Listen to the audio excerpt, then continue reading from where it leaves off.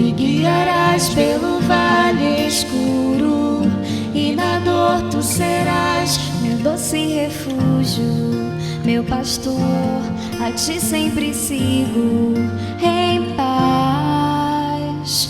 Morto fui, mas vivo estou sem fim. Em Jesus tudo consumado foi. Vou viver pra te adorar, meu Deus. És o meu prazer.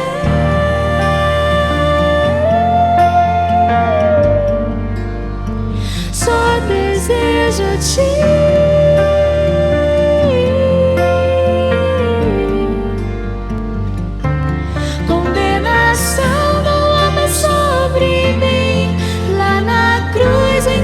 Já morri, sangue santo me purificou. Sem temor eu venho te adorar.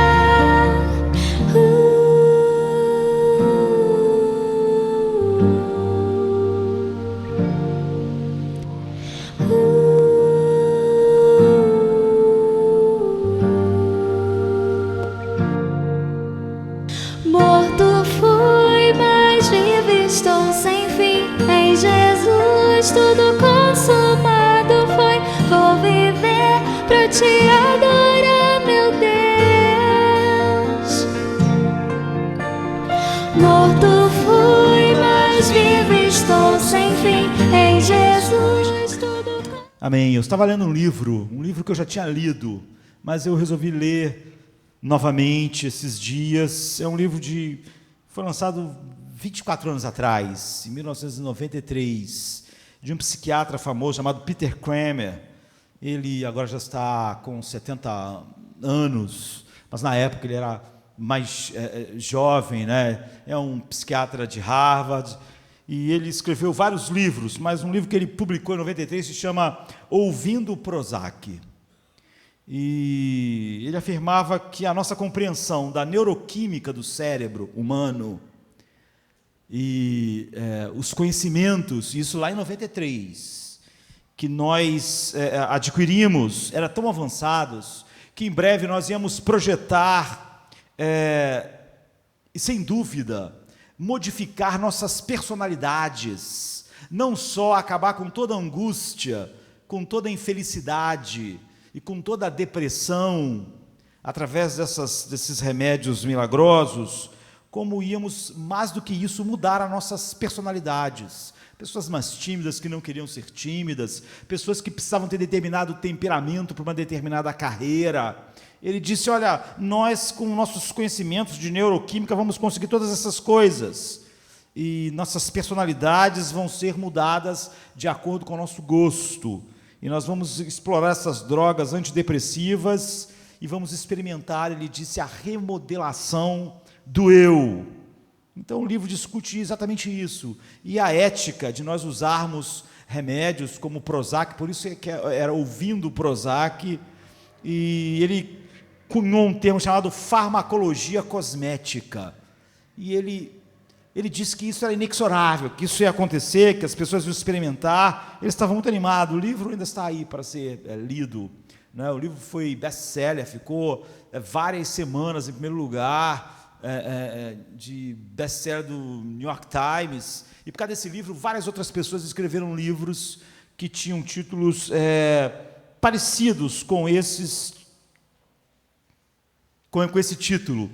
Ouvindo o Prozac. Eram os milagres da neuroquímica, dos remédios antidepressivos, e mais do que isso, remédios que mudariam a química do nosso cérebro, resolvendo angústia, depressão, tédio, falta de senso de valor, ou seja, uma revolução que a ciência ia produzir. No entanto, depois de 24 anos, inventaram muitas outras drogas, além do Prozac, que ele estava animado desse jeito.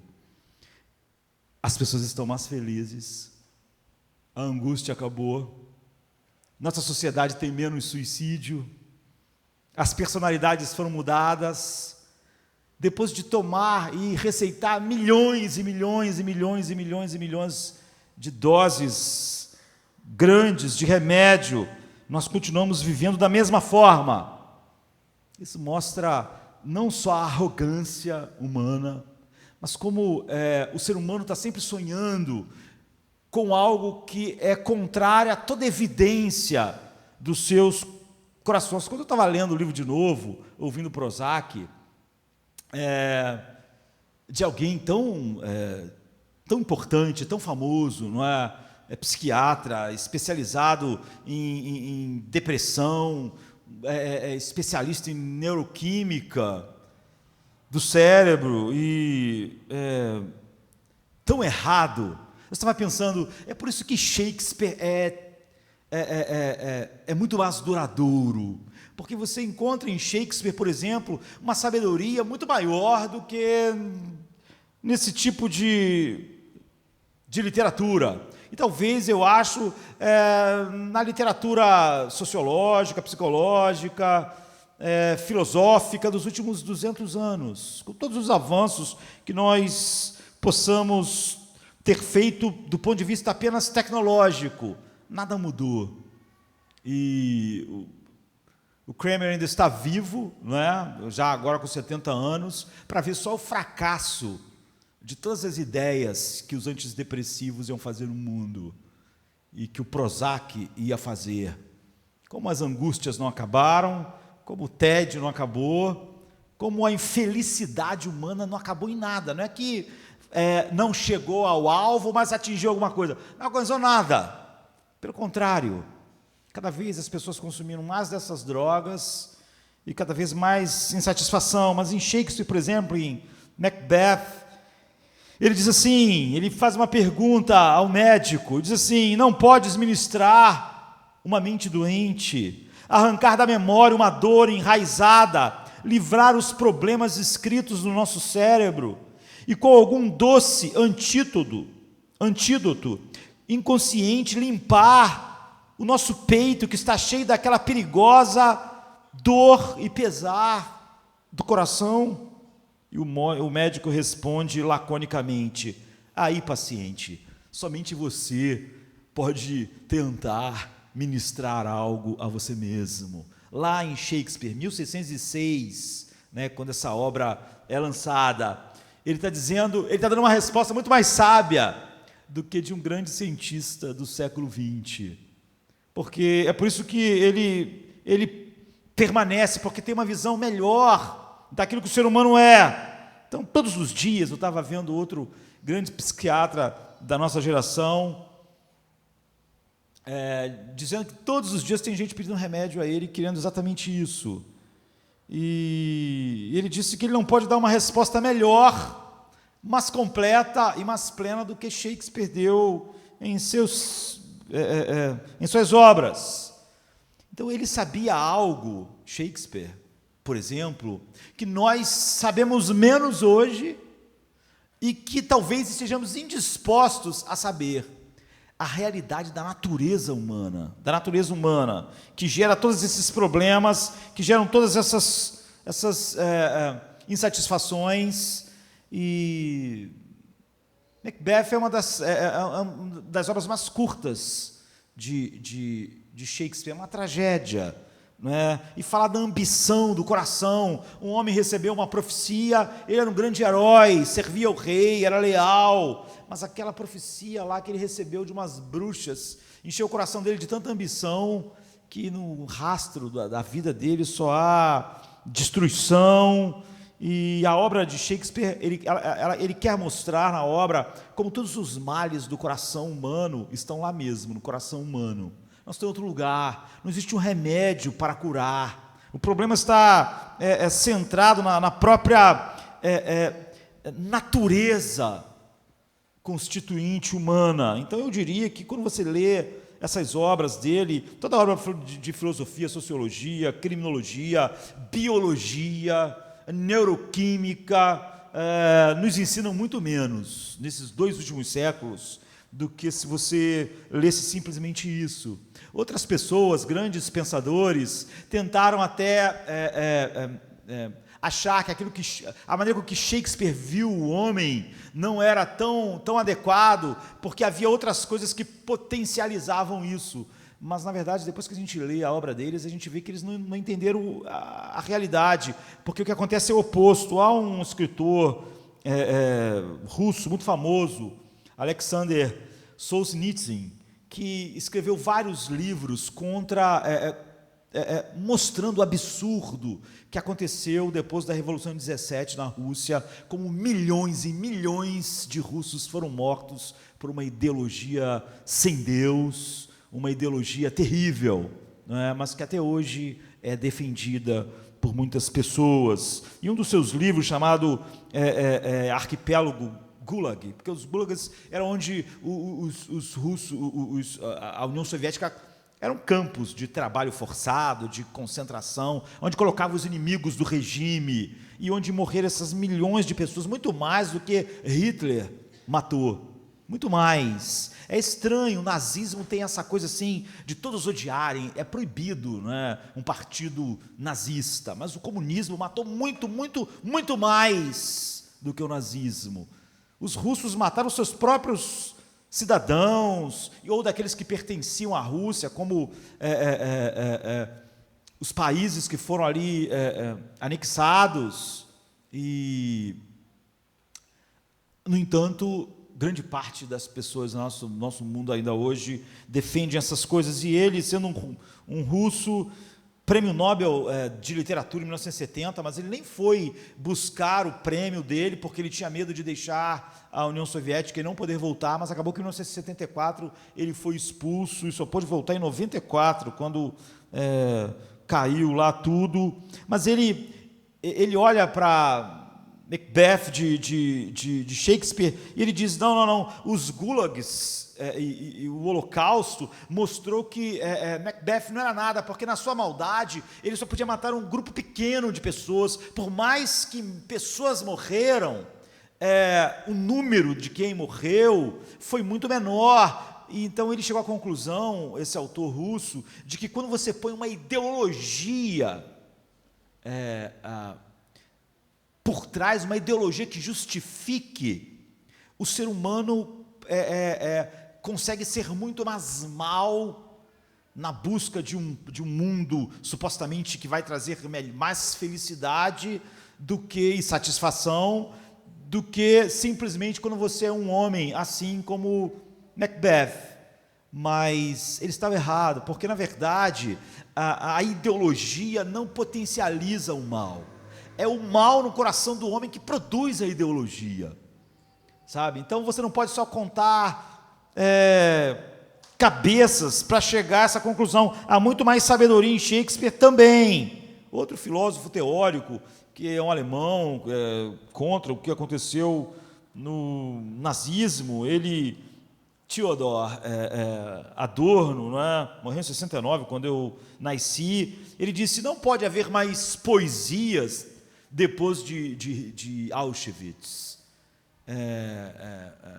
O autor russo disse, não pode haver mais Shakespeare depois dos gulags, porque foi muito pior. Mas eles estavam errados. A história do mundo, por exemplo, depois disso teve o massacre de Ruanda, por exemplo, não tinha nenhuma ideologia atrás daquilo. Era a maldade humana se expressando no Burundi, e nós podíamos ficar mencionando. O que Shakespeare é mais sábio é porque ele olha para o coração do homem. Em Macbeth não há nenhuma razão. Shakespeare tira todas as razões psicológicas, sociológicas, e mostra um personagem que mostra o ser humano, porque a maldade vem toda de dentro. Não havia nada fora. E ele ressalta essa realidade. Não é? Quando Macduff vai falar com Malcolm, que fugiu da Inglaterra, sobre uma tentativa agora de derrubar Macbeth do trono, que ele diz assim, cada novo amanhecer, novas viúvas gritam, novos órfãos choram, novas tristezas golpeiam o céu na sua face. Essa é a característica, eu diria, da genialidade de Shakespeare ao olhar para os seres humanos. Não é razões ideológicas que fazem o ser humano assim. É o oposto, é o coração do ser humano que produz essas razões ideológicas, mas também não é psicológicas. brota universalmente de todos nós, quer tenhamos tido uma experiência psicológica ou outra diferente. Por exemplo, Macbeth é um vilão de um estágio totalmente diferente. Outro personagem de Shakespeare, Ricardo III, ele nasceu deformado. Você podia dizer que as deformações dele deixou ele um homem completo para enfrentar a vida e o mundo, e atribuir a maldade dele aos males psicológicos, e enfim, que ele experimentou a vida inteira na sua deformidade. Mas Macbeth é um herói, ele é um herói de guerra, ele é um grande cavaleiro, ele luta as batalhas do rei Duncan, e ele é super valorizado pelo que ele faz. Ele é reconhecido, não há nada para explicar. Ele é um homem normal, dotado de tudo aquilo que um ser humano pode querer. Ele não é vítima da injustiça, porque às vezes você tenta explicar a infelicidade e a maldade humana a partir das injustiças, dos problemas, mas ele nunca sofreu injustiça, pelo contrário, ele sempre recebeu reconhecimento pelos seus serviços militares ao rei. Por exemplo, num cumprimento a Macbeth, o rei Duncan diz assim: o pecado da minha ingratidão até agora estava pesando sobre mim, tu estás tão longe, tão rapidamente. Aquela mais rápida asa de recompensa que eu podia te dar é lenta para te alcançar, de tantas coisas grandiosas que você faz. Será que se tu tivesse menos merecimento, talvez a proporção, tanto de agradecimento como de pagamento, poderia ser dado a ti na medida exata? É só o que eu tenho a dizer, mais é o teu merecimento e maior do que todos nós, reis, podíamos pagar. Ele é super reconhecido, ele é recompensado, ele tem todas as honras, ele não tem nenhum desses problemas, nem sociais, nem psicológicos. Ele também não pode se queixar das suas circunstâncias econômicas. Ele é um nobre, o palácio dele é maravilhoso, o palácio dele é lindo, aonde o castelo dele está é maravilhoso. Então, por que ele se torna uma ruína tão grande e leva tantas pessoas à morte? Ele mesmo diz na peça: eu não tenho nenhum estímulo para nenhuma parte das minhas intenções que são ruins, nenhum estímulo externo, mas apenas a vulgar ambição que se alimenta de tudo, em si mesmo, em meu próprio coração. É por isso que, apesar desse rei reconhecer ele vai matar esse rei, ele quer aquele lugar. Então, você vê, ouvindo Prozac, pensadores agora do século XX, importante, filósofos, compreenderam muito menos, porque nós não queremos compreender a realidade do coração humano. É incrível você pensar num grande psiquiatra de Harvard, num grande neuroquímico, escreveu um livro realmente achando, há 24 anos atrás, que o mundo hoje não teria infelicidade, nem satisfação, nem uma personalidade fora do lugar, porque nós tomaríamos drogas como Prozac, antidepressivos, que mudaríamos a vida humana. A vida humana continua exatamente como ela estava, onde ela estava, e como Shakespeare descreveu a vida humana. Nenhum de nós, naturalmente, é diferente de Macbeth. Então aqui o Salmo 1 diz assim: bem-aventurado o homem que não anda segundo o caminho dos ímpios, nem se detém no caminho dos pecadores, nem se assenta na roda dos escarnecedores. Antes tem o seu prazer na lei do Senhor, e na sua lei medita de dia e de noite. Pois será como a árvore plantada junto a ribeiros de águas, o qual dá o seu fruto no seu tempo, as suas folhas não cairão, e tudo quanto fizer prosperará. Não são assim os ímpios, mas são como uma moinha que o vento espalha. Por isso os ímpios não subsistirão no juízo, nem os pecadores na congregação dos justos, porque o Senhor conhece o caminho dos justos, porém o caminho dos ímpios perecerá. Então,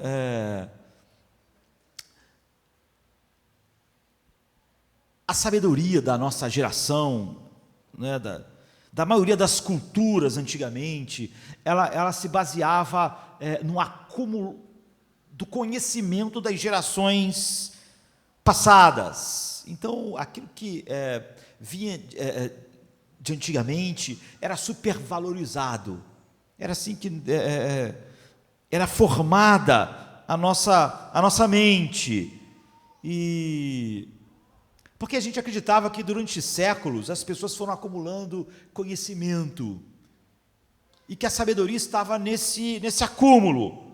E nós então acarinhávamos essas antigas tradições, mas nós vivemos uma idade moderna, onde nós realmente acreditamos, chegamos a desprezar aquilo que é antigo, realmente acreditamos que vamos mexer na bioquímica do nosso cérebro e encontrar a pílula da felicidade, sabe, esse mesmo cientista dizia, né, há 25 anos atrás já, que realmente você ia conseguir de tal maneira manipular as coisas, que você podia decidir se você queria se apaixonar, por quem você queria se apaixonar. Tudo é uma questão de você saber mexer com a química certa, com a droga certa, que vai mexer na coisa certa. E como seria bom, ele diz, como seria libertador você, na hora que querer parar, de desejar parar de estar apaixonado, parar.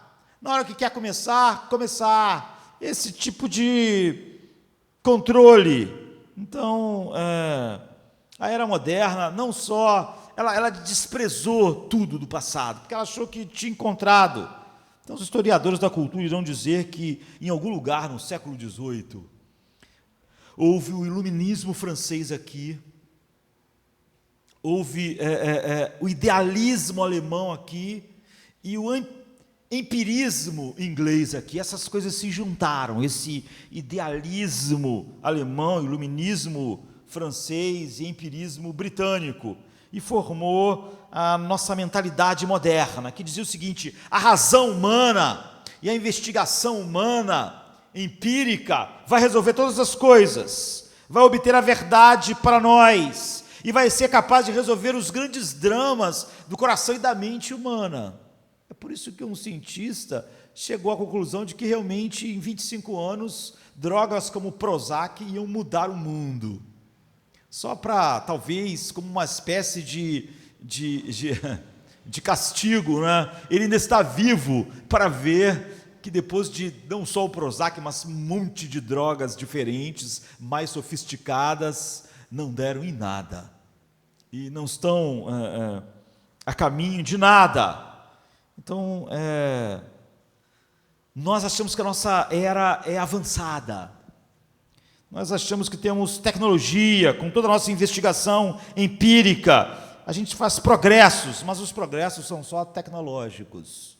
A gente tem mais conforto, a gente pode dormir melhor, cuidar melhor da saúde, viajar melhor, mais rápido, de distâncias maiores, mas você vê, isso não muda nada o ser humano. Nós fizemos a vida no mundo mais fisicamente segura. Então, por causa dos nossos remédios, nós podemos viver um pouco mais, mas a mesma vida miserável que nós vivíamos há 500 anos atrás. Nós experimentamos coisas que no passado as pessoas não tinham nem sonhavam. Há tempos atrás, os nossos antepassados não tinham as opções econômicas que nós tínhamos. Nós temos várias opções de carreira, de desenvolvimento das nossas vidas, que supostamente poderiam trazer mais satisfação do que nossos antepassados, que tinham tudo limitado. Nós temos tanta liberdade em comparação às pessoas do passado. Por exemplo, você pense nos governos que o apóstolo Pedro viveu. Você pode achar os governos da agora ruins, mas Pedro teve só gente que ele não podia tirar nunca. Ele teve Nero, ele teve Herodes, ele foi governado por Pilatos, por todos os Césares malucos que agiam de uma maneira inacreditável para os padrões da nossa geração. Então, eles viveram nesse tipo de governo. E não existia férias, sabe? No passado, não existia férias. São ideias novas. Não existia aposentadoria, não existia nada disso. As pessoas viveram, a maior parte das pessoas que viveram na história do mundo, não tiveram nada do que a gente tem. Não existia adolescência, não é? Era criança e logo naquela idade que a gente começa a dizer que as pessoas são adolescentes, as pessoas começavam a trabalhar com os adultos. Não existia a quantidade de horas determinada para o trabalhador, para as pessoas trabalharem. E não havia remédios para tratar das doenças mais simples que fazem o homem sofrer. Não havia benefícios de saúde, não havia governos que cuidavam da educação e da saúde do povo. E a expectativa de vida deles era muito mais curta do que a nossa. Então a tecnologia só serviu para essas coisas. Essas pessoas não tinham nada disso. Apesar disso tudo, nós vamos perguntar a nós mesmos: nós somos mais felizes do que eles? Nosso mundo é mais feliz, mais satisfeito, menos entediado, menos violento? É o contrário, não é? Nós temos toda essa era moderna, essas ferramentas, nós fizemos progressos. Mas se você abrir os jornais todos os dias, abrir a internet, você vai ver que nós vivemos num mundo horrível, as pessoas estão insatisfeitas, as pessoas realmente consomem aquelas drogas todas que o Dr. Kramer falou há 24 anos atrás, começando com o Prozac, como ele disse, mas nós vivemos quase que uma epidemia de depressão, por causa da insatisfação, por causa de ninguém chegar aonde imagina chegar para ser feliz. Então você vê tanto tédio, você vê tanta falta de sentido, tanto desespero, você vê tanto vitimismo nessas pessoas que viveram numa época cheia de déspotas, como eles viveram.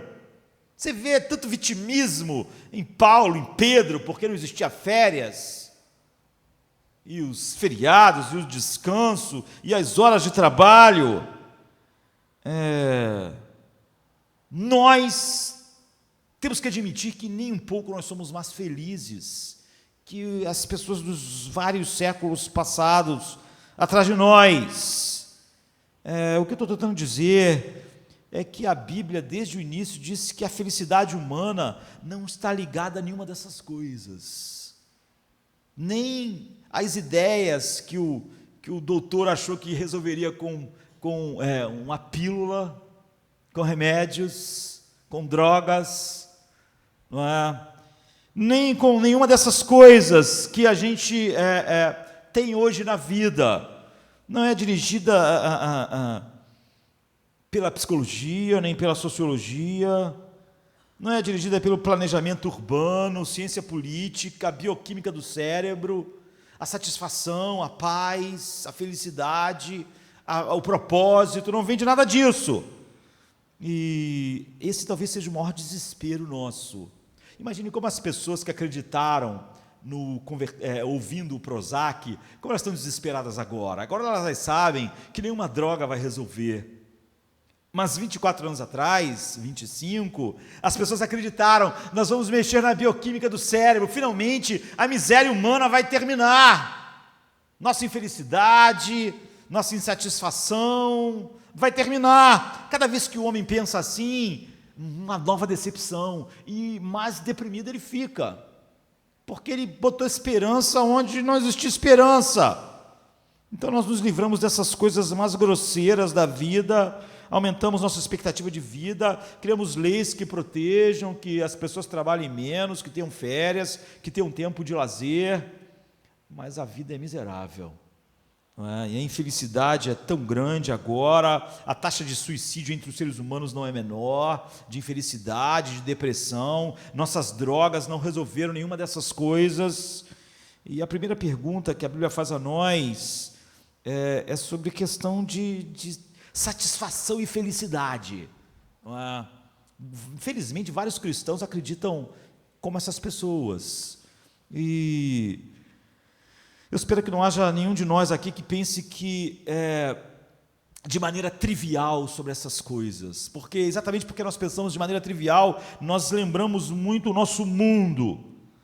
Então, quando a gente lê os livros de psicologia, planejamento urbano, sociologia, bioquímica, ciência política, sobre o que eles falam? Por que as pessoas querem organizar melhor a vida da cidade, quer organizar a bioquímica do nosso cérebro, quer falar sobre a psicologia, a sociologia?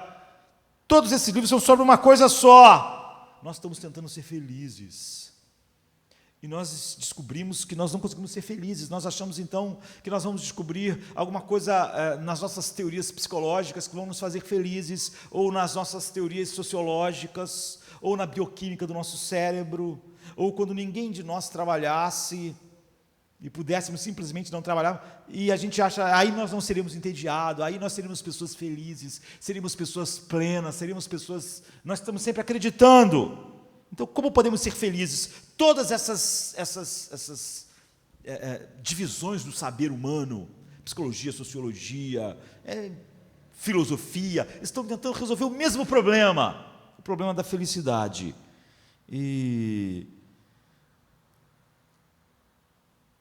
a princípio, só quem tem uma mente muito, muito limitada acredita, porque todos nós nascemos limitados. E quando nós nascemos e começamos a crescer, nós acreditamos que sabemos o que vai fazer a gente feliz. A gente acha, quando eu tiver isso, quando eu tiver aquilo, quando eu tiver aquilo outro, quando isso acontecer, quando eu casar, eu vou ser feliz. Eu sei o que vai me fazer feliz. E a Bíblia nos mostra um caminho totalmente diferente. Não é? A Bíblia fala sobre pessoas que têm, de fato, possibilidade de serem consistentemente felizes. E o Salmo 1 é um portão para toda a verdade bíblica. Na verdade, ele é um resumo de todos os salmos. Ele é como, a gente estava falando hoje de manhã, que Paulo, na introdução da carta aos Gálatas, versículo 1 ao 5, ele resume todo o Evangelho, que ele vai tratar na carta toda. Ele primeiro faz o resumo, depois ele vai falar sobre tudo aquilo. O Salmo 1 é o resumo de todos os salmos. Ele contém tudo. E, de alguma forma, de tudo que a Bíblia fala a respeito disso. Então, a primeira coisa que o Salmo 1 diz é que a felicidade é possível. É possível. A palavra bem-aventurado quer dizer feliz. Feliz. Está falando sobre felicidade. Sobre aquilo que eu disse que a psicologia, a sociologia, os cientistas estão tentando resolver. Quando a gente está falando sobre o trabalho, sobre organização urbana, todo mundo quer fazer. Como nós podemos fazer um mundo que as pessoas sejam felizes? O ser humano. E a palavra aqui, no original, ela significa completo, satisfeito, bem-aventurado, feliz. E a primeira coisa que a gente vê nesse texto é que a bem-aventurança essa bem-aventurança é possível. É quase incrível ela ser possível. A felicidade é possível. E isso é uma declaração surpreendente. Você vê, não vai ser surpreendente para muitas pessoas, porque para muitas pessoas elas não pensaram o suficiente ainda nisso.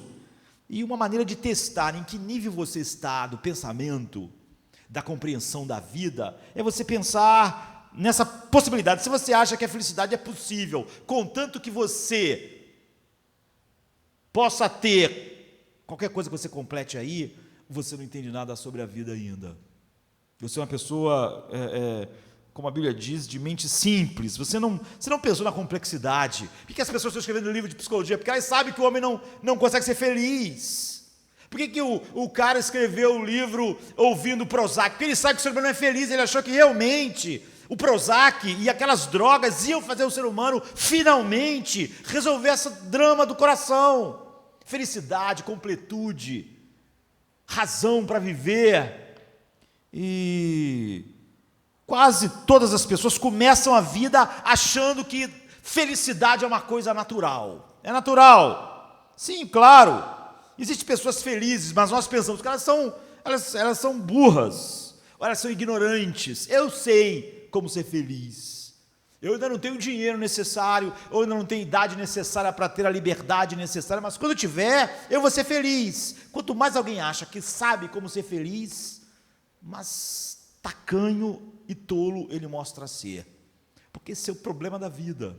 Todo mundo está tentando reorganizar o mundo, pensar o mundo. Todos os grandes filósofos, está todo mundo tentando resolver esse drama, porque não há nada de simples nisso. Então a maioria de nós começa assim, pensando que a felicidade é uma coisa natural. Não é? Como você começa a crescer de verdade, não só fisicamente, mas mentalmente, você começa talvez a ouvir seus pais, um pouco mais sábios, dizer para você sobre como terrível este mundo é, como ele é difícil. E as pessoas vão dizer para você, é melhor que você guarde dinheiro, é melhor que você aprenda a gastar o dinheiro e a poupar o dinheiro. Por quê? Porque a vida é dura, a vida é difícil. Você pensa, não, é porque as pessoas não são boas o suficiente, elas não sabem escolher o suficiente. As pessoas acharam que o casamento delas ia fazer elas as pessoas mais felizes do mundo. Não fez, porque elas não souberam achar a pessoa certa. Mas essa é a mente tacanha, ela acha que realmente a felicidade é uma coisa natural, é natural. É aí que nós começamos. De alguma forma, todos nós começamos achando a vida, achando que a felicidade é natural. Depois de um tempo, nós começamos a vir experimentar mais da vida e começamos a perceber que a felicidade não é nem de longe fácil como nós pensávamos. Nós achávamos que quando fizéssemos determinada idade, tivéssemos certa liberdade, nós íamos ser felizes. Nós talvez já fomos tolos o suficiente de achar que quando nós pudéssemos tirar uma carteira de motorista e dirigir, nós íamos ser felizes. Ou quando nós namorássemos a pessoa tal, ou quando finalmente pudéssemos casar, nós pensávamos. Depois de um tempo, começamos a perceber que a maior parte das pessoas, exatamente as mais bem-sucedidas, exatamente as mais famosas, exatamente as que chegaram no topo, as mais talentosas, são totalmente infelizes. Continuam acreditando no seu desespero, elas continuam tomando aqueles coquetéis que prometem dar uma felicidade a elas, porque elas não são felizes com nenhuma dessas coisas. Elas acordam como elas dormiram depois de conseguir a grande fama, o grande sucesso. Então é por isso que pessoas como Whitney Houston vão morrer numa banheira bebendo álcool, misturando com antidepressivos. Mesmo sendo a maior cantora pop que já existiu. Está vendo? Não é fácil. A felicidade que as pessoas achavam ser fácil, essa coisa assim é difícil. Na verdade, parece impossível. Então você vai descobrir que as pessoas mais bem-sucedidas são cínicas. Ficaram cínicas. Elas não acreditam mais. Por que elas podem conseguir mais? Jim Carrey, outro dia disse que ele queria que todo mundo ganhasse 100 milhões de dólares como ele, para as pessoas descobrirem que isso não fazia ninguém feliz. A namorada dele, esposa, namorado, se suicidou.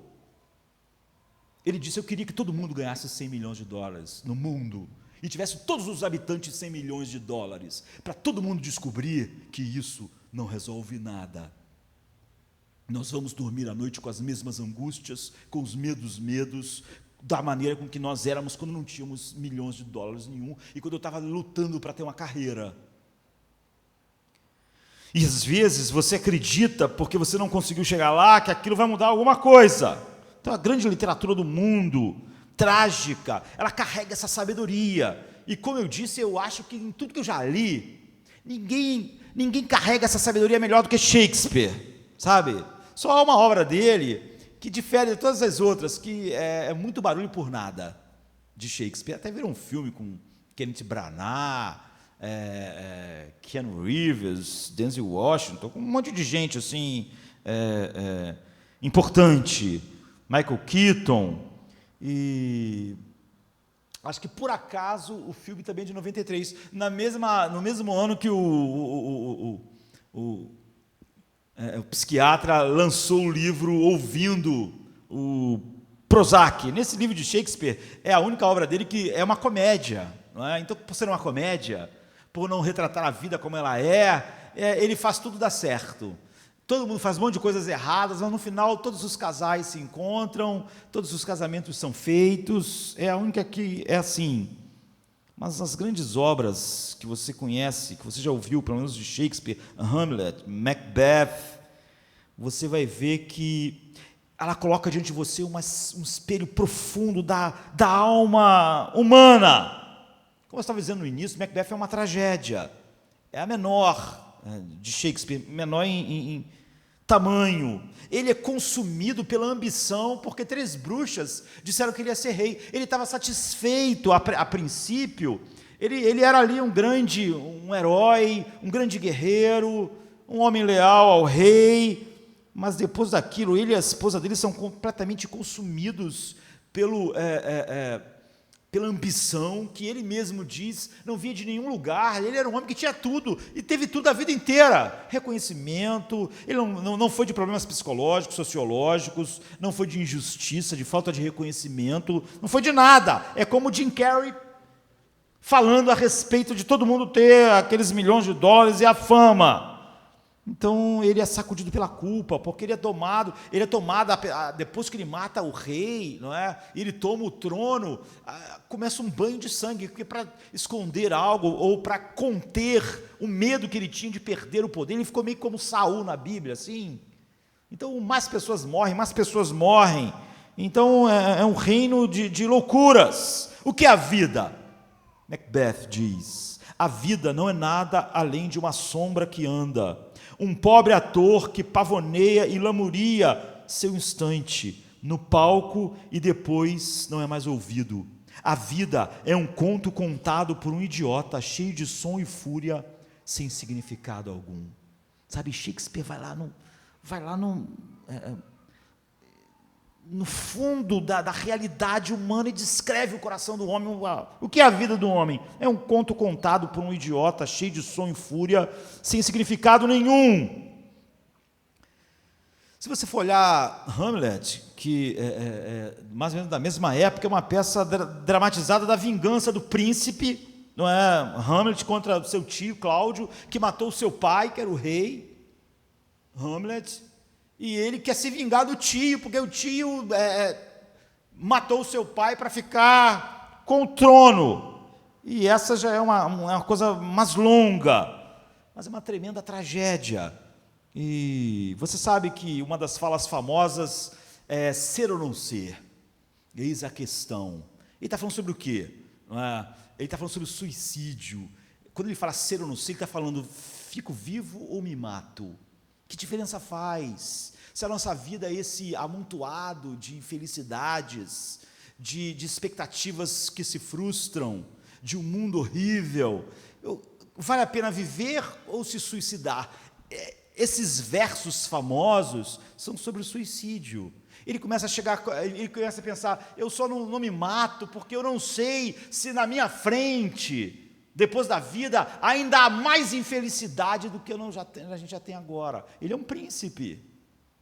Ele diz assim, ser ou não ser, eis a questão. Será mais nobre em nosso espírito sofrer pedras e flechas com que a fortuna enfurecida nos alveja, ou insurgir-nos contra um mar de provocações e em luta pôr-lhes um fim, morrer, dormir, não ser mais, se matar.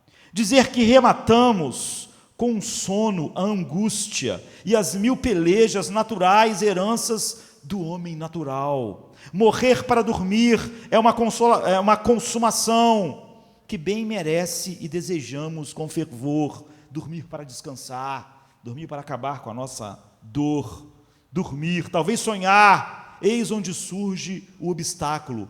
Pois quando livres do tumulto da existência, no repouso da morte, o sonho que tenhamos devem fazer-nos hesitar. Eis a suspeita que impõe tão longa vida aos nossos infortúnios. Ele diz, e se depois que a gente tirar a nossa vida, a gente ainda descobrir mais infelicidade? É só isso que me deixa essa angústia, se eu me suicido ou se eu não me suicido. Se você vê muito barulho por nada, ela não se parece com a vida, essa comédia, mas todo o resto da obra de Shakespeare, você vê exatamente o retrato da vida, não é? Perfeitamente.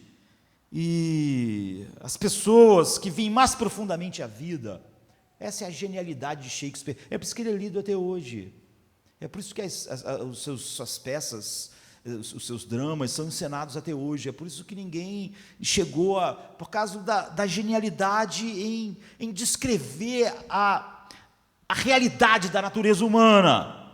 da infelicidade, de como o ser humano é, não por nenhum fator externo, psicológico, sociológico. Ele vai derrubando todas essas ideias, isso em 1600, ou em 1606, por exemplo, quando esse livro, essa obra é encenada pela primeira vez. Então, nós nascemos no mundo e começamos a vida de uma maneira muito simplória, achando que a felicidade é natural, mas só porque a gente é estúpido. Assim que a gente começa a ser menos estúpido, nós começamos a ser mais sábios, nós começamos a ver que a felicidade não é nada natural neste mundo. E se você acha que a felicidade é natural, ou você é muito jovem, ou muito inexperiente, e não conhece nada a respeito da vida, e realmente não enfrentou os dramas que você vai inexoravelmente enfrentar, você está nesse estágio, e você vai ver que as pessoas, os melhores pensadores, eles parecem sombrios. Você vai ver que o que Shakespeare está falando aqui em Macbeth, em Hamlet, parece sombrio, mas isso é o homem de frente para a realidade, sabe? No meio da maioria da nossa vida, nós estamos sempre migrando de um ponto para outro ponto, de uma compreensão melhor, como a vida é trágica, como ela é perigosa, como todas as nossas ideias de que algo finalmente nos daria o que nós esperávamos, só era uma ilusão até a gente chegar àquele ponto. Ou então você tem a visão que esse salmo tem. A felicidade é atingível, ela é possível. E isso é espantoso nesse mundo, a gente diria. Se você é um pouco sábio, você dizer, é quase inacreditável essa declaração. Ela não é inatingível, ela é possível. É possível uma pessoa consistentemente feliz, é o que o Salmo está dizendo, é possível, mas é uma afirmação radical. Se ela é possível, por que as pessoas não são felizes? Por que as pessoas estão sempre insatisfeitas? Porque elas acabam morrendo insatisfeitas, porque essas palavras são tão reais sobre se a vida terminar agora, a gente pensa, olha, como isso acabaria com tanta dor, mas e se mais dor vier, como Hamlet fala aqui? Então a resposta do texto, a resposta da Bíblia para nós é que nós temos dois erros comuns e nós costumamos cair neles. Então a primeira é que a felicidade é possível. Quando essa declaração é feita na Bíblia, você que compreende um pouquinho a vida, você fica espantado com a declaração.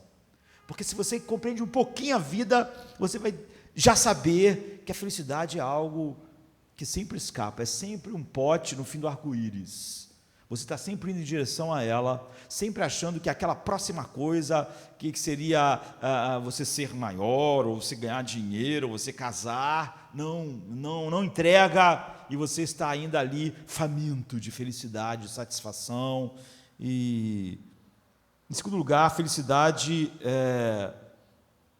não é superficial, é o que esse salmo diz. A verdadeira felicidade, essa felicidade que é possível, ela não é superficial. A Bíblia diz assim no versículo 3 do nosso texto, o homem que é feliz, esse homem, ele é como uma árvore plantada junto à corrente de águas, que dá o seu fruto e cuja folhagem não murcha. Outra versão, pois será como a árvore plantada junto aos ribeiros de águas, o qual dá o seu fruto no seu tempo e as suas folhas não cairão. Essa é uma metáfora da felicidade que ele falou lá, feliz é o homem. Mas você vê que é uma metáfora maravilhosa, porque uma árvore ela está sujeita a todas as estações do ano. Não é? No Brasil as estações são menos marcadas, né? No Rio de Janeiro, por exemplo, mas normalmente as estações são mais marcadas. E uma árvore está sujeita àquilo, ao outono, ao inverno, à primavera, as folhas caem, aí ela fica sem nada, parece até que ela não está viva, mas só para nascer de novo. Ela nem sempre está dando fruto, há só uma época que ela dá fruto, há uma época que ela dá flores, há uma época que ela não dá nada. É assim, ela é sujeita às estações do inverno, ao verão. Se o inverno for muito frio e seco, ou o verão for muito quente e muito úmido, ela sente tudo isso. Ela está ligada ao seu meio ambiente. Mas quando o calor vem excessivamente, Essa é a imagem que ele quer dizer, ele quer mostrar que todos nós estamos sujeitos a toda espécie de climas, de secas, de perdas. Mas qual é o primeiro ponto? Ele diz, isso tudo são circunstâncias, mas essa árvore, apesar dela estar percebendo o ecossistema à sua volta, essa árvore, ela tem as suas raízes no rio, em águas próximas a ela, de tal maneira que ela nunca perde a sua folha. Ela sente a variação das estações, ela sente o calor, o frio intenso. O que a Bíblia diz é o seguinte: se você procurar a felicidade em circunstâncias, você então nunca vai achar felicidade. Você vai sonhar com Prozac, você vai sonhar com casamento, você vai sonhar com determinada quantidade de dinheiro, só para chegar lá e dizer, a vida é um conto contado por um idiota, cheio de som e fúria, não significando nada. Você vai descobrir pessoas que não só chegaram lá, mas chegaram lá com o maior sucesso do mundo, tomando Prozac, junto com bebidas alcoólicas, para dormir, e morrendo, ou desesperados. Então, deixa eu colocar de duas formas diferentes. A felicidade nunca consiste no que acontece com você, ou nunca é por aquilo que acontece com você, é o que o Salmo está dizendo. Então, ele está falando que a felicidade, ela é fruto do que você é. Do que você é. Você lembra, por exemplo, de alguém dizer assim, dois homens olhando de uma cela assim para fora, um vê o quê? Vê as grades, vê a tragédia da falta de liberdade, e um vê o céu estrelado, lindo. A circunstância é a mesma. Qual a diferença se a circunstância é a mesma? A Bíblia diz, não é, que a pessoa piedosa, a pessoa que realmente nasceu de novo, a pessoa que tem essa nova natureza, ela não é apenas uma pessoa que faz algumas coisas diferentes das outras pessoas. Ela não é simplesmente alguém que está fazendo coisas boas e evitando coisas ruins e tentando viver uma vida melhor. Um cristão é alguém que foi plantado, foi enraizado em algo ao lado de si mesmo e dentro de si mesmo. Ele foi plantado de tal maneira que ele tem os seus recursos que vêm daquilo e não do ambiente, como aquela árvore. Então, 2 Pedro, por exemplo, diz algo maravilhoso. Ele diz, vocês são participantes da natureza divina. Você só é filho de Deus se você faz parte disso. Sabe, se você é participante da natureza divina, se você nasceu de uma nova e viva semente que é incorruptível, algo se tornou parte de você, ou algo se tornou parte de nós, eu diria. Nós fomos enraizados em Deus, alguma coisa aconteceu que as nossas raízes se voltaram para aquilo, e significa que nós fomos plantados por Deus. O cristão, ele diz assim, o ímpio é como uma palha que é levada pelo vento. Você vê, o cristão não, ele tem raízes. O cristão é uma árvore. Alguém plantou ele, porque a árvore não se planta, não é? Alguém plantou ele, e se ele nasceu de novo, e agora ele tem novas perspectivas. Você vê o que ele disse que é fundamental para nós. Essa árvore, ela experimenta aflição, porque você vê que ele vai dizer, ela sente o inverno, ela sente o verão, ela sente a chuva, ela sente o calor, mas ela sempre dá fruto. Ela nunca perde a folha, e ela nunca murcha, apesar dela sentir essas coisas que vêm de fora.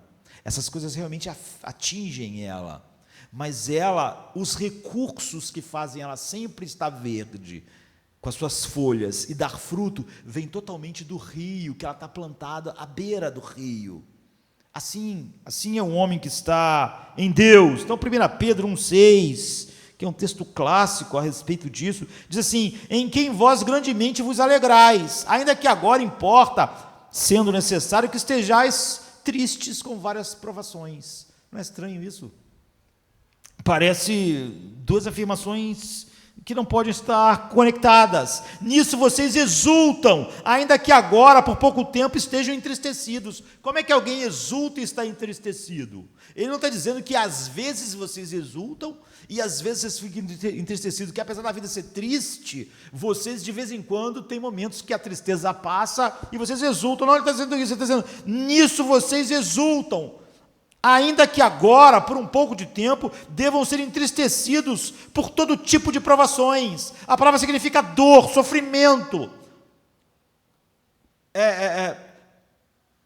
problemas angustiantes. Ele diz, enquanto essas coisas estão vindo sobre vocês, vocês estão exultando, ainda que haja essas tristezas. Está acontecendo simultaneamente. Porque ele diz, vocês estão exultando, porque vocês estão com as suas raízes em Deus. Vocês exultam em Deus, enquanto a tristeza sobre as coisas que cercam vocês atingem vocês. É isso que ele está dizendo.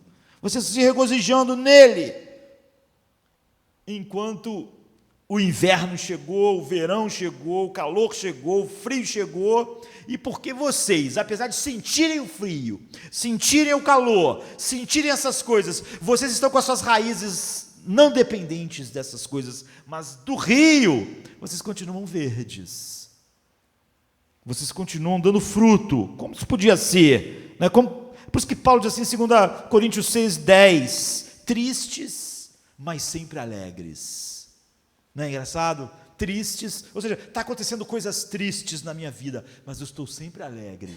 É isso, é a mesma metáfora aqui, é uma árvore em uma seca, é uma árvore passando por uma época que nunca chove, mas ela sente isso, ela sente que não chove nunca, ela sente o que está acontecendo à volta. As outras árvores distantes dali estão ficando secas, mas ela, como tira tudo do rio, ela continua verde, com suas folhas que não murcham, e seus frutos na época própria surgem. Então, você vê, há pessoas que dizem assim, se você é cristão, quando acontecem terríveis tragédias, você assobia, você não sente tristeza, isso é insalubre, isso é lavagem cerebral. Se num momento de grande sofrimento e dor e perda, alguém assobia e alguém não sente. Essa árvore sente o calor, ela sente o frio, ela sente a neve, ela só não murcha, ela só não perde as folhas, ela só não deixa de dar frutos, não porque ela está insensível, não porque não está passando por aquele momento de secura. Então, qualquer um de nós que já experimentou essa realidade que a Bíblia está dizendo, sabe exatamente como isso acontece. Ele está dizendo o seguinte, você não sabe que se alegra no Senhor, a não ser que você se alegre quando está sofrendo. Se você se alegra no Senhor, supostamente, mas não se alegra no dia do sofrimento, então não era no Senhor que você estava se alegrando. Só no dia da angústia e do sofrimento você sabe se Deus era a sua alegria.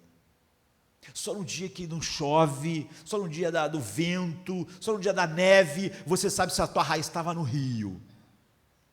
Por quê? Porque você não murcha, porque você não deixa de dar frutos.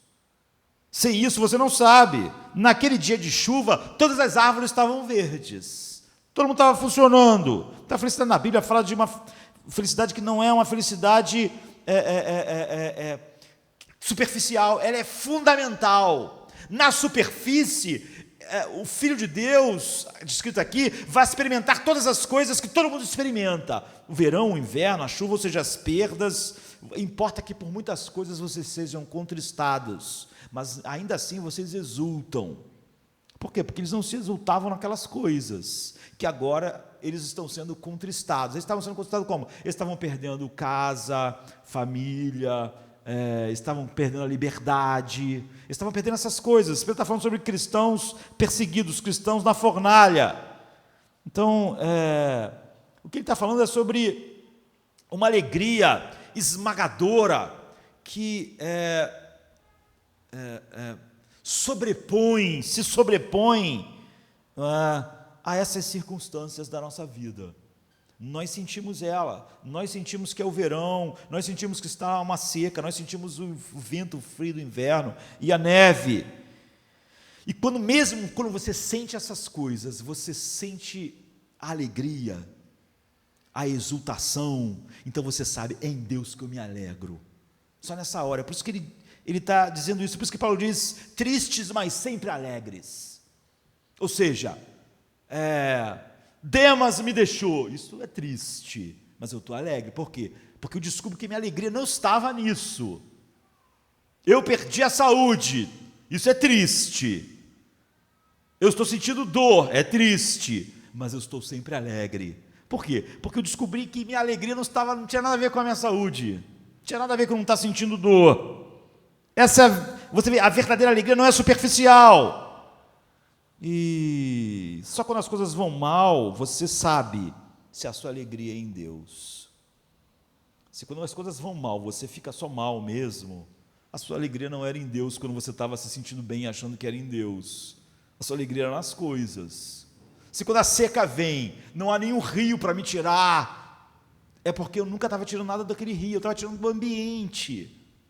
Essa era a minha dependência, é sobre isso que o Salmo está dizendo. Então, você vê, ele não está falando sobre falta de dor, falta de tristeza, mas de uma glória esmagadora e uma alegria que vem à tona, a partir das nossas raízes, que sobrepõem o que vem externamente, que é o que? É o inverno, o verão, todas essas coisas que estão ali.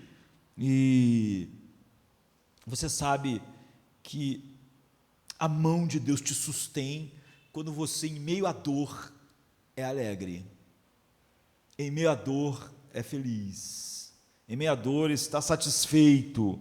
Então há um verso famoso na literatura que diz assim: no seu rosto ele viu primeiramente apenas linhas de cuidado e tristeza, e embora conforme ele prestasse mais atenção, ele percebeu que sob tudo lá havia uma grande alegria, uma fonte de alegria subterrânea suficiente para fazer um reino inteiro sorrir, se fosse adiante e jorrasse sobre ele. Então há uma fonte de alegria suficiente para fazer um reino inteiro rir, a partir do interior, fluindo das raízes do Filho de Deus. O que ele está dizendo é que a felicidade do Filho de Deus nunca se baseia em nenhuma situação, é totalmente fluindo do rio. É por isso que essa metáfora é maravilhosa da árvore. Ela não é provocada pelo ambiente, ela não é controlada, ela é controlada pelas suas lealdades. Esse texto nos ensina que a felicidade que é possível é fundamental e não superficial. Ele nos ensina que todo ser humano nasce achando que pode ser feliz, porque ele é um tolo. A felicidade é a coisa mais impossível na vida humana, por isso é incrível. E agora ele diz que essa felicidade nunca é baseada nas circunstâncias, e agora ele diz que se você procurar felicidade nas circunstâncias, você vai sempre ser infeliz, porque esse mundo é de circunstâncias infelizes. Você acaba cada vez em circunstâncias mais difíceis, até que você vai acabar num túmulo. Em terceiro lugar, ele diz que a felicidade nunca pode ser encontrada diretamente. Então, a felicidade sempre é um subproduto de uma outra busca. Se você está querendo ser feliz, você vai ser infeliz. Como o mundo inteiro quer ser feliz, o mundo inteiro é infeliz. Como o Dr. Kramer achou que ele ia, através do Prozac, fazer as pessoas felizes, as pessoas são infelizes, entupidas de drogas. O que o texto diz é que sempre que você buscar a felicidade, você vai ser infeliz. E que o nosso mundo inteiro é infeliz porque está todo mundo querendo ser feliz. Macbeth foi tão infeliz, e sua esposa também, acabando com tanta morte, tragédia. Ou o final de Hamlet, que é horrível, porque todo mundo queria ser feliz, estava todo mundo lutando pela felicidade.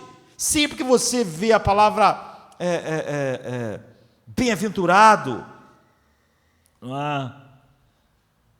você vai ver que essa pessoa não estava buscando feliz, essa pessoa não estava buscando felicidade. A Bíblia está cheia vezes que essa palavra aparece. Feliz é aquele que tem fome e sede de felicidade. Não tem esse versículo na Bíblia. Feliz é o homem que tem sede de justiça.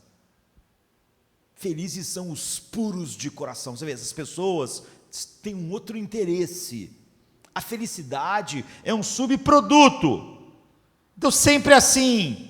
Sempre ele vai falar sobre uma fome e uma sede que não é de felicidade. E isso produz felicidade. Se você disser assim, eu sei porque eu não sou feliz, você então é a pessoa que vai ser mais infeliz. Porque você acha que vai buscar felicidade e acha que vai te dar felicidade. Mas a maior parte das pessoas aqui nesta noite, em todos os lugares, elas estão sempre num drama entre buscar a justiça e buscar a felicidade. E isso define as lealdades delas. Por que as pessoas desobedecem a Deus, queridos? Por quê?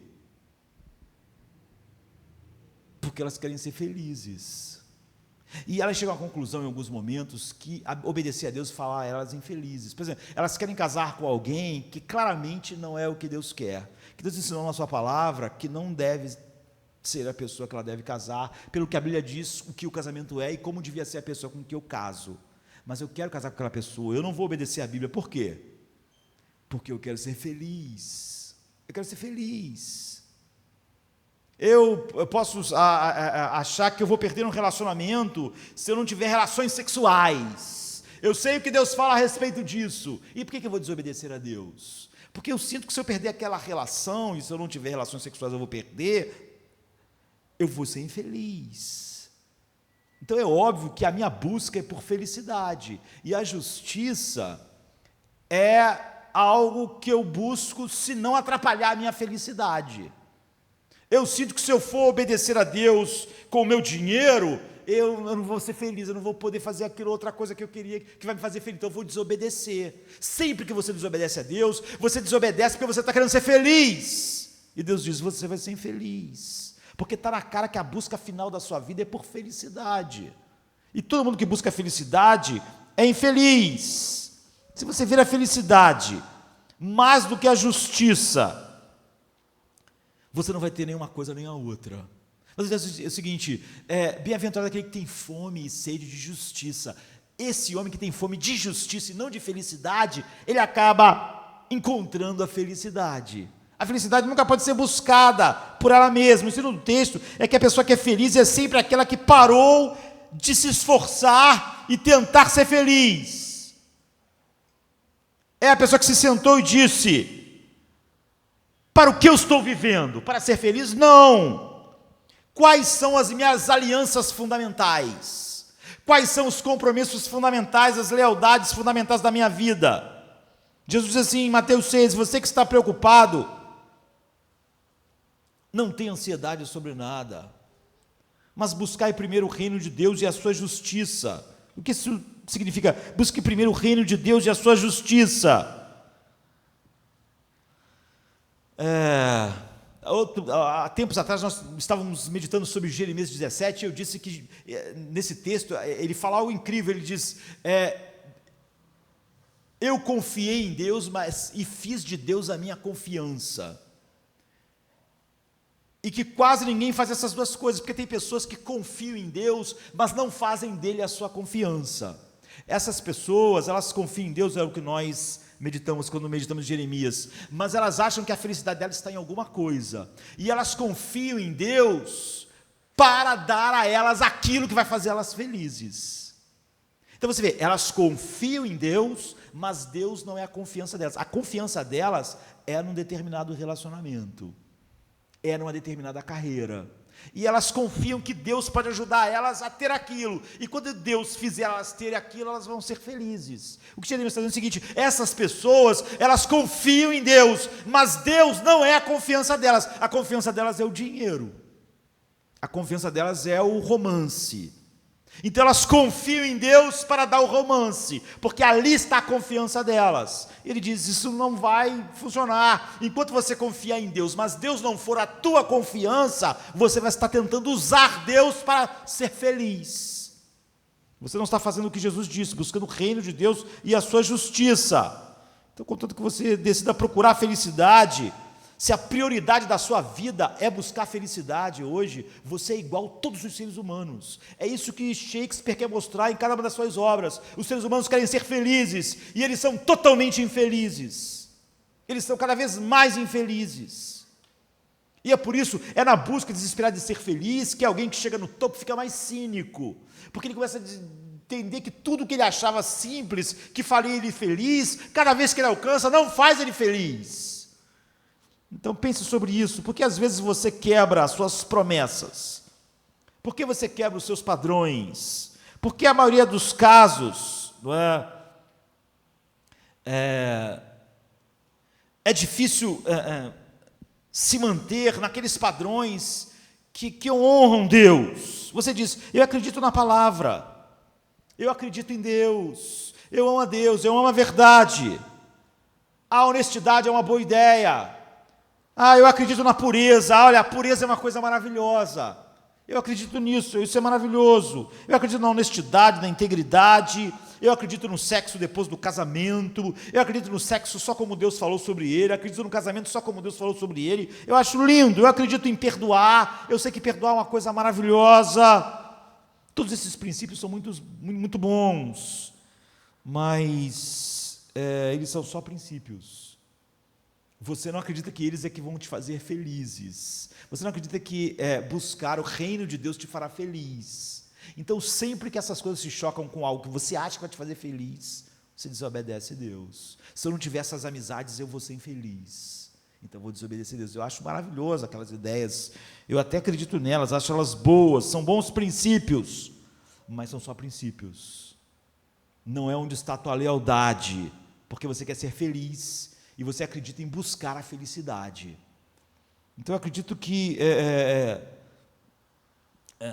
dizer a verdade é uma coisa boa, é uma coisa maravilhosa dizer a verdade, mas eu não vou perder o emprego por causa da verdade, não vou, porque o emprego, apesar de eu acreditar que a verdade é uma coisa boa, eu acho que o emprego vai me fazer feliz, e aqui então eu prefiro não dizer a verdade, porque eu acho que dizer a verdade não vai me fazer feliz, porque eu vou perder, e eu quero ser feliz, e se eu perder eu não vou ser feliz. Você vê, você acha que a felicidade deve ser buscada, e você acha que sabe onde ela está, você vai ser infeliz, você é infeliz como todos os homens, sabe, porque isso define no que você acredita.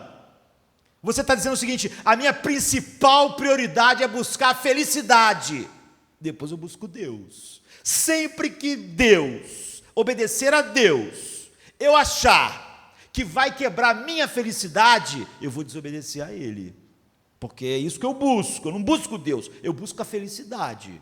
Então eu amo obedecer a Deus, acho perdão maravilhoso, sexo depois do casamento maravilhoso, acho tudo isso maravilhoso, mas na hora que eu tiver que desobedecer, para ser feliz, eu vou desobedecer.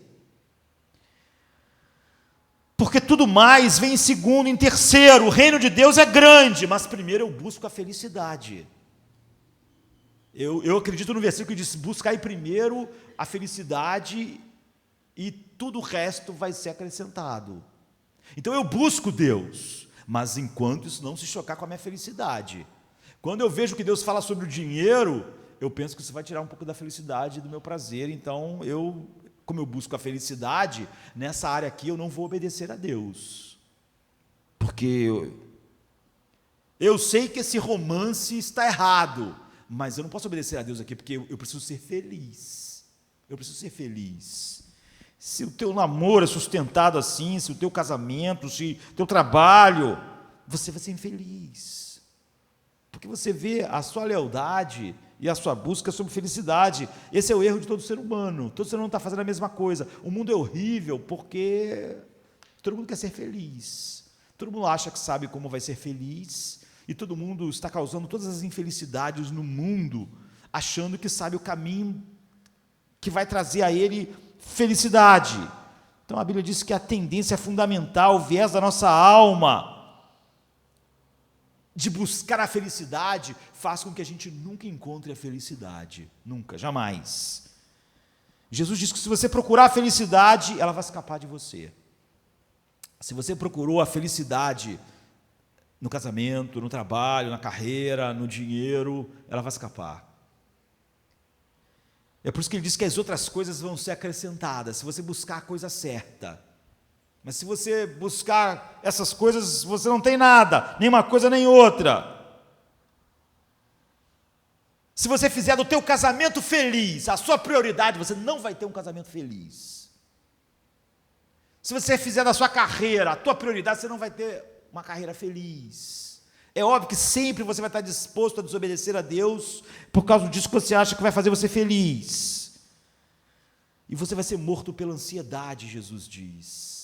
Porque você vai estar tão depositando as suas expectativas de felicidade sobre aquilo desmorona tudo mais rápido. A decepção sempre é maior, como daquele homem que ainda está vivo, só para ver que o Prozac e as drogas maravilhosas da bioquímica que ia mudar o nosso cérebro não resolveram nada na vida de ninguém. Então eu quero fazer esse momento durar para sempre, você diz. Você destrói as coisas exatamente assim. Aquele momento não vai durar para sempre. Não foi feito durar para sempre. Não é aquele momento que você estava buscando. Então, Deus está comprometido com a nossa felicidade? Está. É o que a Bíblia diz. Mas ainda assim, se você buscar Deus para ser feliz, você está buscando um Deus falso. Você tem que buscar a Deus. E feliz é o homem que busca a Deus. Você vê? Se você buscar a Deus para ser feliz, esse Deus que você está buscando é falso. É um ídolo. Ele nunca vai ser a sua confiança, apesar de você confiar nele para te fazer feliz, porque essa era a tua busca. Se você diz, bem, eu estou interessado na verdade, no Evangelho, em modelar a minha vida, porque eu sei que isso vai me fazer feliz. Você está buscando um Deus falso. Você não busca Deus para ser feliz, você busca Deus.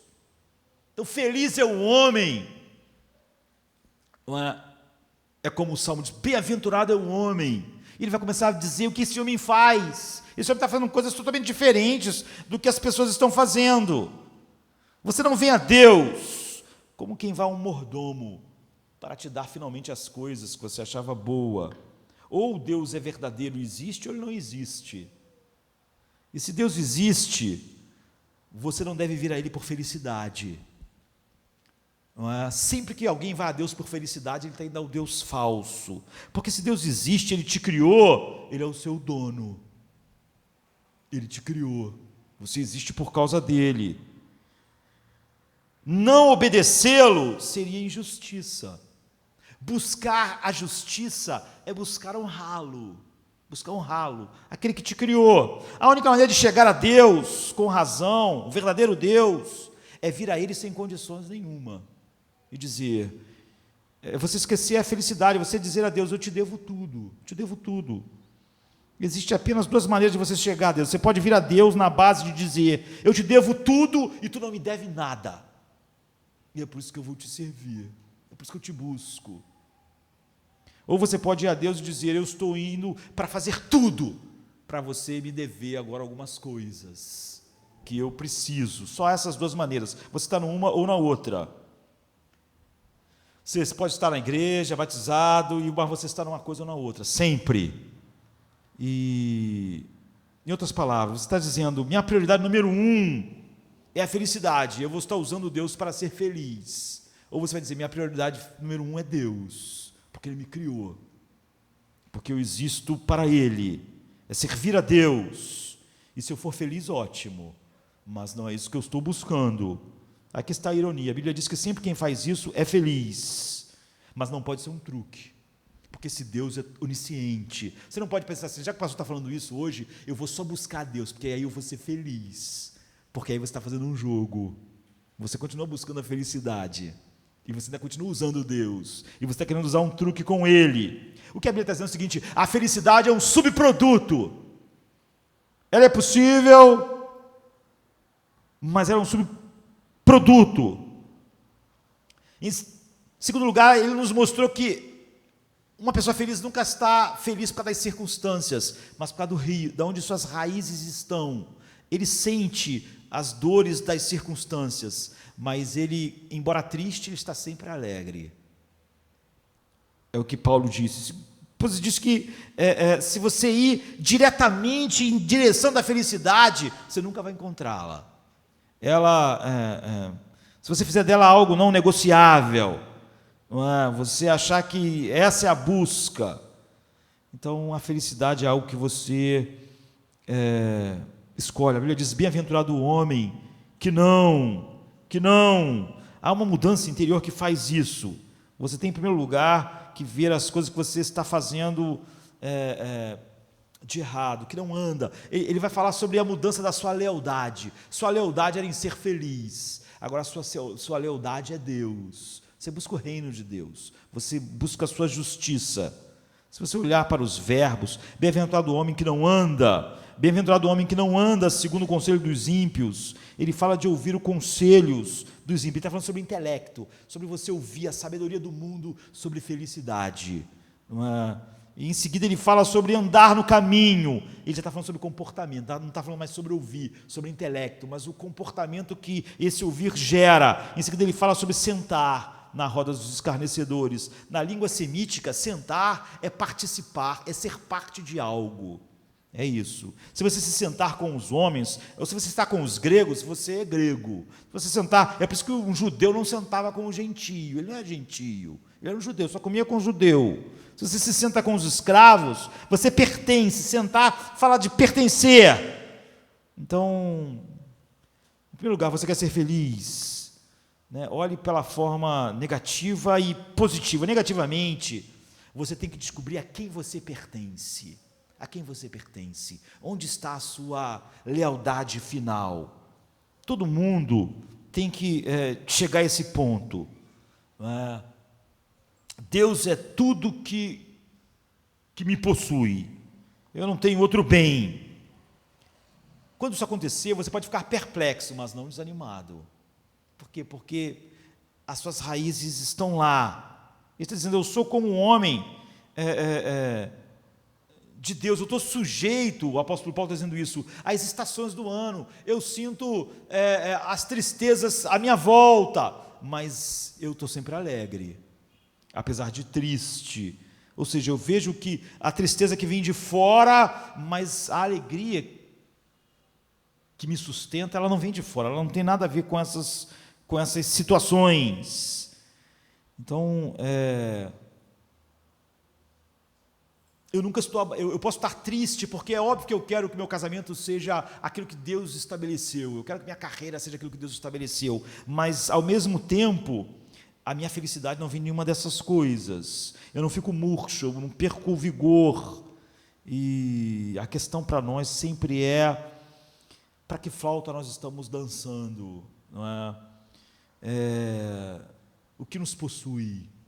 Onde nossas raízes estão? E de quem eu ouço o conselho, que não anda segundo o conselho? Aquilo que me detém, que me faz parar, e onde eu sinto aquilo que eu pertenço. Você não pode ser feliz a menos que você comece primeiro sendo negativo, você descobrindo todos os erros que a busca da felicidade contém. E todas as esperanças falsas, como o Kramer finalmente descobriu depois de 25 anos, que o Prozac não ia entregar. As drogas maravilhosas que mexiam com a bioquímica do cérebro não iam fazer nada. E se você ainda acredita em alguma dessas coisas, você está operando da velha maneira. Você está operando como um homem do mundo. Mas quando você, de fato, a sua lealdade é Deus, é o que Jesus está dizendo, você busca o reino de Deus, você é feliz. Porque a felicidade é esse subproduto de uma outra busca. Você vai sofrer, mas não vai ser destruído, porque a felicidade não pode ser destruída pelo sofrimento. Você nunca vai estar desesperado no mundo, na vida, porque nenhuma dessas coisas podem. Você vai estar, como o apóstolo Paulo diz, abatido, mas nunca desesperado. Por quê? Porque eu tenho essa fonte de felicidade, vem das minhas raízes. e ela nunca estiver em outro lugar, se em qualquer momento essas coisas que acontecem externamente produzem isso, é óbvio que suas raízes estavam nelas mesmas, e não em Deus. E o que você estava buscando era a felicidade, e sua última lealdade era a felicidade. E Deus fazia parte daquilo que você buscava, mas não era a sua lealdade final. É sobre isso que a Bíblia está falando. E ela fala, ele medita na lei do Senhor, mas a lei do Senhor aqui não é os mandamentos, ele está falando sobre tudo que contém a verdade de Deus. A mensagem que a gente vai celebrar agora quando tomar da Santa Ceia, não é? Tudo que Cristo fez para nos levar a Deus. Você vê, ele morreu justo pelos injustos para nos levar à felicidade, não, para nos levar a Deus. Porque bem-aventurado, feliz é o homem que conhece esse Deus. Você vê, é conhecer a Deus que é o alvo. Aí a felicidade chega. Ela é sempre, na Bíblia, ela é sempre um subproduto. É como a palavra do filho pródigo. Se você não vá a Deus assim, você nunca vai encontrar o Deus verdadeiro e nem a felicidade. E você está servindo um Deus falso. O filho pródigo, quando chegou, ele chegou sem condições. Ele disse, eu não sou digno de ser chamado seu filho. Eu quero ser seu servo apenas. Eu pequei contra ti, me faça um servo, eu não quero conforto, eu não quero felicidade. É que eu não te honrei como um filho, mas agora eu vou te honrar como um servo. E em vez de você ouvir Deus dizendo, esqueça a felicidade então e me sirva, você vai ver acontecendo o que aconteceu com esse jovem. Coloque a roupa festiva, comece a festa, vai haver alegria e felicidade.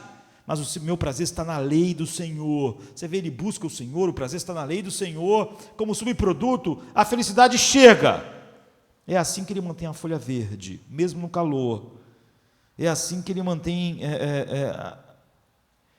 as suas lealdades.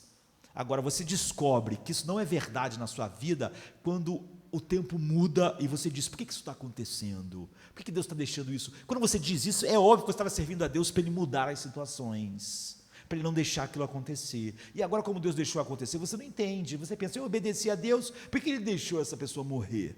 Por que Ele deixou eu perder o meu emprego? Por que Ele deixou essas coisas que me fazem infelizes acontecer? É a declaração de que você servia a Deus para obter algo dEle.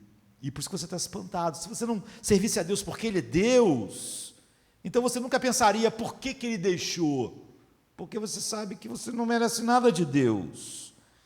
Então, o Evangelho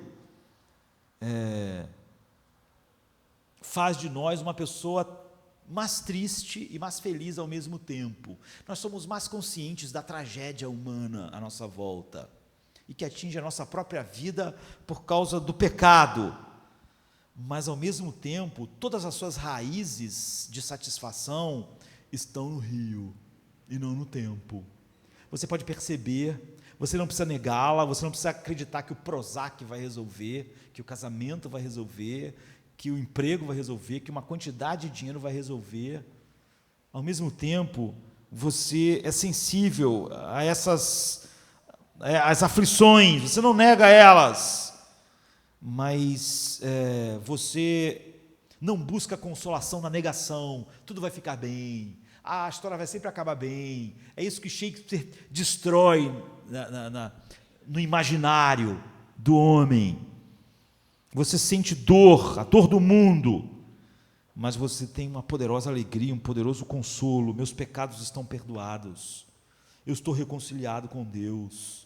Nada pode me separar do amor de Deus que está em Cristo, nem a dor, nem a aflição, nem a angústia, nem nenhuma dessas coisas. Então eu tenho uma felicidade que sempre engole a tristeza, que sempre consome a tristeza, que sempre destrói a tristeza.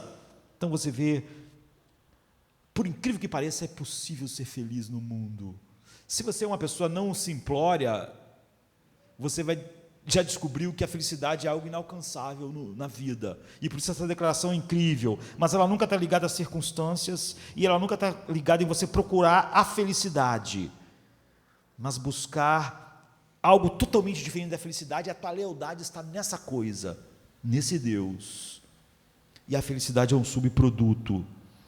E se não for assim, você vai ser como o Peter Kramer, não é, que com seus 70 anos descobriu, depois de lutar a vida inteira e dedicar a sua vida inteira à neuroquímica, que ela simplesmente não fez nada pelo homem e deixou ele na mesma angústia, no mesmo desespero de há 25 anos atrás. Talvez você não vai ser o Prozac, talvez você vai ser o casamento que você achou que ia, daqui a 25 anos, acabar com a tristeza.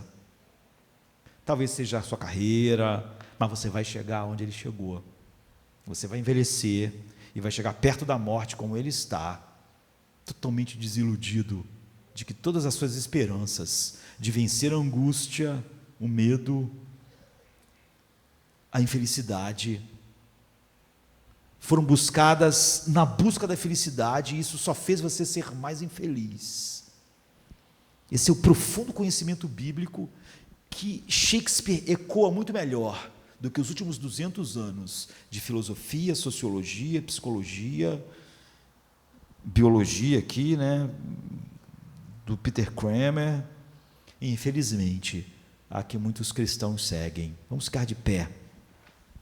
Quando nós tomamos do sangue e comemos do pão, nós estamos dizendo que nós somos essas pessoas que o Salmo descreveu. Nós, como nós falamos hoje, Paulo diz, um morreu por todos, logo todos morreram. Para que aqueles que vivem, não vivam mais para si mesmos. Está vendo? Eles não estão buscando a felicidade, eles nem vivem mais para eles mesmos. A última lealdade deles é Deus, eles vivem para aquele que amou e se entregou por ele. Vou chamar os músicos aqui, pedir o Sérgio que comece a entregar os elementos da ceia aos diáconos, e comece a entregar aos irmãos. Nós vamos acabar esse culto nos próximos minutos. Me guiarás pelo vale escuro, e na dor tu serás meu doce refúgio, meu pastor, a ti sempre sigo em paz. Morto fui, mas vivo estou sem fim. Em Jesus tudo consumado foi. Vou viver pra te adorar, meu Deus. És o meu prazer.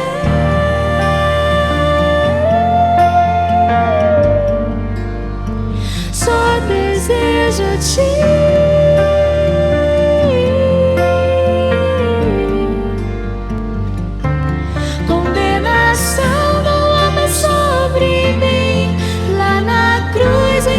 Já morri, sangue santo me purificou, sem temor eu venho te adorar.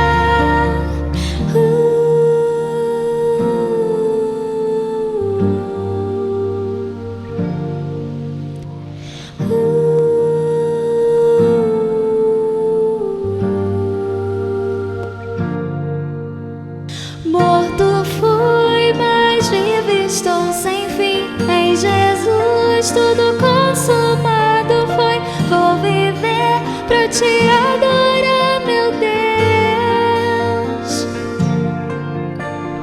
Morto fui, mas vivo estou sem fim. Em Jesus tudo